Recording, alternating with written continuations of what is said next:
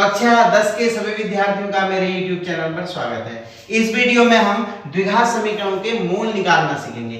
जिन्होंने अभी तक चैनल को सब्सक्राइब नहीं किया है उनसे अनुरोध है कि चैनल को सब्सक्राइब अवश्य करें। द्विघात समीकरण के मूल निकालने के लिए मुख्यतः तीन विधियों का प्रयोग किया जाता है: गुणनखंड विधि, पूर्ण वर्ग विधि और श्रीधराचार्य सूत्र विधि। इस वीडियो में हम गुणनखंड विधि से मूल निकालना सीखेंगे। मूल निकालने का मतलब होता है जो द्विघात समीकरण में चर राशि है x है उसका मान ज्ञात करना। द्विघात समीकरण ax² धन bx धन c बराबर 0। यहाँ पर मानक रूप दिया हुआ है, x की दो घातें हैं इसलिए इसको द्विघात समीकरण कहते हैं। ax² धन bx धन c बराबर 0। द्विघात समीकरण के दो मूल होते हैं। मूल का मतलब शून्यक, मूल को हम शून्यक भी कहते हैं, और मूल का मतलब x के मान, इसके अलग अलग नाम है, मूल, शून्यक, मान। तो हम यहां पर सीखेंगे किस प्रकार इस x के मान को हम ज्ञात करते हैं। प्रश्नावली में जाने से पहले मैं यहां पर एक गुणनखंड करने की विधि बताऊंगा जिसको हम मध्य पद का विखंडन करते हैं। हमारे पास इस प्रकार की द्विघात समीकरण है ax² धन bx धन c बराबर 0। तो पहला काम हम क्या करते हैं, फर्स्ट स्टेप हम क्या करते हैं, फर्स्ट स्टेप में हम करेंगे a और c को हम गुणा कर लेंगे। a और c को गुणा कर लेंगे। a और c को गुणा करके जो प्राप्त होगा, सपोज ac प्राप्त हो गया, ये ac प्राप्त हो गया। फिर सेकेंड स्टेप क्या करते हैं, सेकेंड, ये 9th क्लास में आपने सीखा है, केवल रिवाइज करवा रहा हूं मैं। सेकेंड स्टेप क्या करते हैं, इस ac के ऐसे गुणनखंड करते हैं जिनको या तो जोड़ के या घटा के b के बराबर आए, मध्य पद के बराबर आ जाए। अर्थात ये यदि c ऋणात्मक होगा, नेगेटिव होगा, यदि c नेगेटिव होगा तो AC के जो गुणनखंड होंगे उनको घटा करके b आएगा। AC के गुणनखंडों का अंतर आएगा b, ठीक है। यदि c पॉजिटिव होगा, धनात्मक होगा, यदि c पॉजिटिव होगा, जैसे ये पॉजिटिव है, तो AC के गुणनखंडों का योग, गुणनखंडों का योग आएगा b के बराबर। मध्य पद का विखंडन करने के बाद हम क्या करते हैं, समूह बनाते हैं, समूह बना लेंगे। फिर फोर्थ स्टेप में क्या होता है, जो दो समूह होते हैं उनमें से जो कॉमन होता है उसको ले लेते हैं, तो हमें प्राप्त हो जाते हैं, दो गुणनखंड प्राप्त हो जाते हैं, x प्लस a और x प्लस b के रूप में हमें दो गुणनखंड प्राप्त हो जाते हैं। आइए प्रारंभ करते हैं। प्रश्नावली 4.2। पहला प्रश्न है, गुणनखंड विधि से मूल ज्ञात कीजिए। x² ऋण 3x ऋण 10 बराबर 0। ये द्विघात समीकरण दी हुई है। हम इसके गुणनखंड किस प्रकार करते हैं, x² ऋण 3x ऋण 10 बराबर 0। यहां पर x² का गुणांक a होता है और ये c है अचर पद, तो इस a को गुणा कर लेते हैं इस c से, a को गुणा करते हैं c से। यहां पर रफ कार्य वहीं पर कर लीजिए। रफ कार्य करने के लिए साइड में आप ऐसे कॉलम खींच सकते हैं। a है 1, a कितना है 1, और c है 10, ऋण 10 है, इसको 10 लीजिए, 10 हो गया। अब 10 के ऐसे गुणनखंड करने हैं जिनको घटा करके ये 3 आ जाए। 10 के ऐसे गुणनखंड करने हैं जिनको घटा करके 3 आ जाए। अर्थात 10 को हम लिख सकते हैं 5 गुणा 2, 5 गुणा 2, 5 में से 2 घट गया, कितना बचा 3। अर्थात इस 3 की जगह हम लिख देंगे 5 ऋण 2। ये हो गया x² ऋण 3 की जगह रख देंगे 5 ऋण 2 और x अपनी जगह रहा, ऋण 10 बराबर 0। इसको कहते हैं मध्य पद का विखंडन करना। देखो मध्य पद को हमने तोड़ दिया। x² ऋण 5x धन 2x ऋण 10 बराबर 0, ठीक है। अब हम समूह बना लेंगे। इसके बाद समूह बनाते हैं, एक समूह इसका हो जाएगा और एक समूह इसका हो जाएगा। इस समूह में से क्या कॉमन आ रहा है, इस समूह में से कॉमन आ रहा है x, बच गया x ऋण 5 धन, इस समूह में से कॉमन आ रहा है 2, x ऋण 5 बराबर शून्य। अब देखिएगा इन दोनों पदों में x गुणा x ऋण 5 धन 2 गुणा x ऋण 5, इन दोनों में से x ऋण 5 कॉमन आ गया, x ऋण 5 को कॉमन लेने हैं, बच क्या x धन 2, x धन 2 बच गया बराबर शून्य। x ऋण 5 गुणा x धन 2 बराबर शून्य। इन दोनों को अलग अलग बराबर कर लेंगे, अलग अलग शून्य के बराबर कर लेंगे। x ऋण 5 बराबर शून्य, इट मीन्स x बराबर 5, एक मान आ गया x का 5, और दूसरा x धन 2 बराबर शून्य, इट मीन्स x बराबर ऋण 2। तो x के दो मान आ गए, एक ऋण 2 और 5, ये दो मूल हो गए। मूल बराबर या मान बराबर जो भी आप कहना चाहें, ऋण 2 और 5। दूसरे भाग में हमें द्विघात समीकरण दी है 2x² धन x ऋण 6 बराबर शून्य। पहला काम है a और c को गुणा कर लेना। a है 2 और c है 6 अर्थात 12। मैंने यहाँ पर तीर का निशान लगाया है आपको समझने के लिए, ये a है और c है।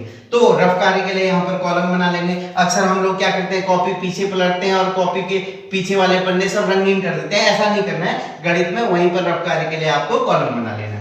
12 के ऐसे गुणनखंड करेंगे जिनको क्या करके आएगा, घटा करके, क्योंकि ये c वाला ऋण है ना, घटा करके b के बराबर आएगा।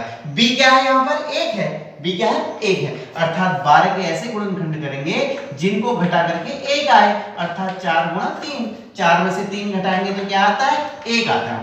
तो हम इस 1 की जगह पर रख देंगे 4 ऋण 3, 2x² अपनी जगह पर रहेगा, 1 की जगह रहेगा 4 ऋण 3 x ऋण 6 बराबर शून्य। ये मध्य पद का विखंडन हो गया। मध्य पद x है, हमने इसको लिख दिया 4 ऋण 3 x, ठीक है। तो 2x² धन 4x ऋण 3x ऋण 6 बराबर शून्य। अब हम क्या करेंगे, ग्रुपिंग कर देते हैं। एक ग्रुप इसका बना लेते हैं, एक ग्रुप इसका, इन दोनों का। यहां से 2x कॉमन ले लिया, x धन 2 बच गया। यहां से ऋण 3 कॉमन लेंगे, जैसे ऋण 3 कॉमन लेंगे तो ये चिन्ह बदल जाएगा, x धन 2 बराबर शून्य। एक गुणनखंड आ गया x धन 2 और दूसरा आ गया 2x ऋण 3 बराबर शून्य। इन दोनों को बराबर शून्य के बराबर कर देंगे, x धन 2 बराबर शून्य, इट मीन्स x बराबर 2 का पक्षांतर ऋण 2 हो गया। दूसरे में 2x ऋण 3 बराबर शून्य, इट मीन्स 2x बराबर 3 का पक्षांतर हुआ, और x बराबर आ जाएगा 3/2। तो हमें जो मूल प्राप्त हुए वो 2 मूल प्राप्त हो गए, क्योंकि द्विघात समीकरण है, मूल भी 2 होंगे। एक मूल आया ऋण 2 और दूसरा मूल आया 3/2। तीसरा भाग है √2x² धन 7x धन 5 √2 बराबर शून्य। ये a हो गया, a का गुणा करेंगे c से, a है √2 और c है 5 √2। इन दोनों को गुणा कर देते हैं तो 5 एकम 5 और √2 और √2 2 हो गया, 5 गुना 10 आ गया।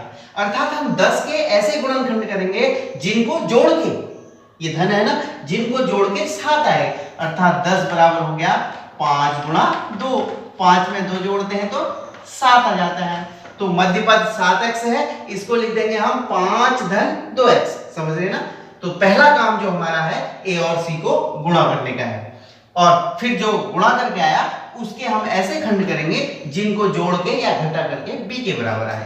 तो हम यहाँ पर लिख देते हैं √2x², 7 की जगह रख देंगे 5 धन 2 x धन 5 √2 बराबर 0। जो ये मध्य पद था इसका विखंडन कर दिया हमने। √2x², इसको खोल लीजिए, 5x धन 2x धन 5 √2 बराबर शून्य। अब ग्रुपिंग करना है, इन दोनों का एक ग्रुप बना दीजिए, इन दोनों का एक ग्रुप बना दीजिए। इस ग्रुप में क्या कॉमन आ रहा है, इस ग्रुप में x कॉमन आ रहा है, बस यहां बच गया √2x धन 5, ठीक है। और धन इसमें क्या कॉमन आ रहा है, इसमें 2 कॉमन आ रहा है। इसमें 2 कॉमन क्यों आ रहा है, 2 की जगह 2 को हम कह सकते हैं 2 बराबर क्या होता है, √2 गुणा √2, √2 गुणा √2 2 होता है ना। इसका मतलब अगर √2 कॉमन आता है, यहां से √2 कॉमन आ रहा है, क्या कॉमन आ रहा है, √2 कॉमन आ गया तो यहां क्या बचा, √2, अर्थात वर्गमूल 2 और वर्गमूल 2 को गुणा करके क्या होता है, 2 होता है। तो वर्गमूल 2x और वर्गमूल 2 बाहर आ गया, ये यहाँ क्या बचा, केवल 5 बचा, बराबर 0। तो दोनों पदों में क्या हो गया, एक हो गया वर्गमूल 2x धन 5 और दूसरा गुणनखंड हो गया x धन वर्गमूल 2 बराबर 0। इन दोनों को 0 के बराबर कर दीजिए। रूट 2x धन 5 बराबर 0। इट मीन्स रूट 2x बराबर ऋण 5। इट मीन्स x बराबर ऋण 5 बट्टे रूट 2। पहला मान आ गया। दूसरा मान x धन वर्गमूल 2 बराबर 0। इट मीन्स x बराबर ऋण वर्गमूल 2। इसका पक्षांतर हो गया। तो दो मूल प्राप्त हो गए।